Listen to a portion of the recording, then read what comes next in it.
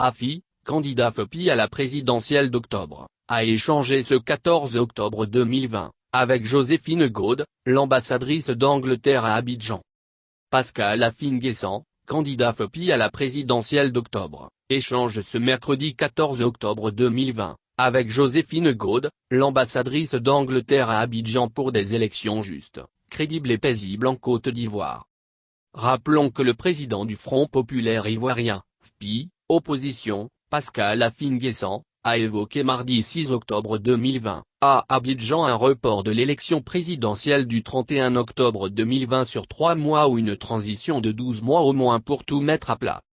Selon Affi, aucune condition n'est réunie pour faire l'élection présidentielle ivoirienne du 31 octobre 2020.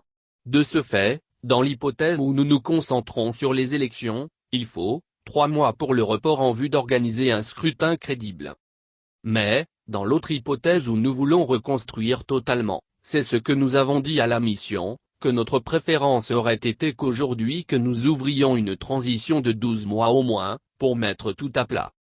Soutenant ses propos, il a déploré que depuis ses 30 ans, la Côte d'Ivoire vit des situations de violence. Or, le pays a besoin de refondation, donc on peut prospecter ce projet politique en vue d'une issue heureuse. Si nous ne voulons pas de cette transition, alors, il faut qu'on garantisse des élections véritablement transparentes. Et dans ce cas, il faut qu'on se donne 3 mois, a-t-il insisté devant la presse, à sa sortie d'audience. Nous n'avons pas une autre hypothèse.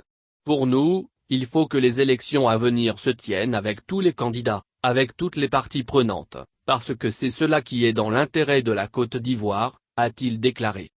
Pour le président du FPI, le parti de Laurent Gbagbo, il ne s'agit pas de faire des élections tronquées qui vont déboucher sur des violences et sur l'élection de quelqu'un qui n'est pas légitime, ou qui n'est pas le choix de la grande majorité des Ivoiriens.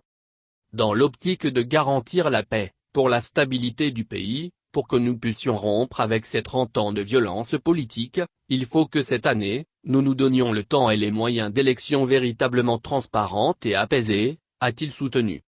Il reste un peu plus de 3 semaines pour la tenue du scrutin.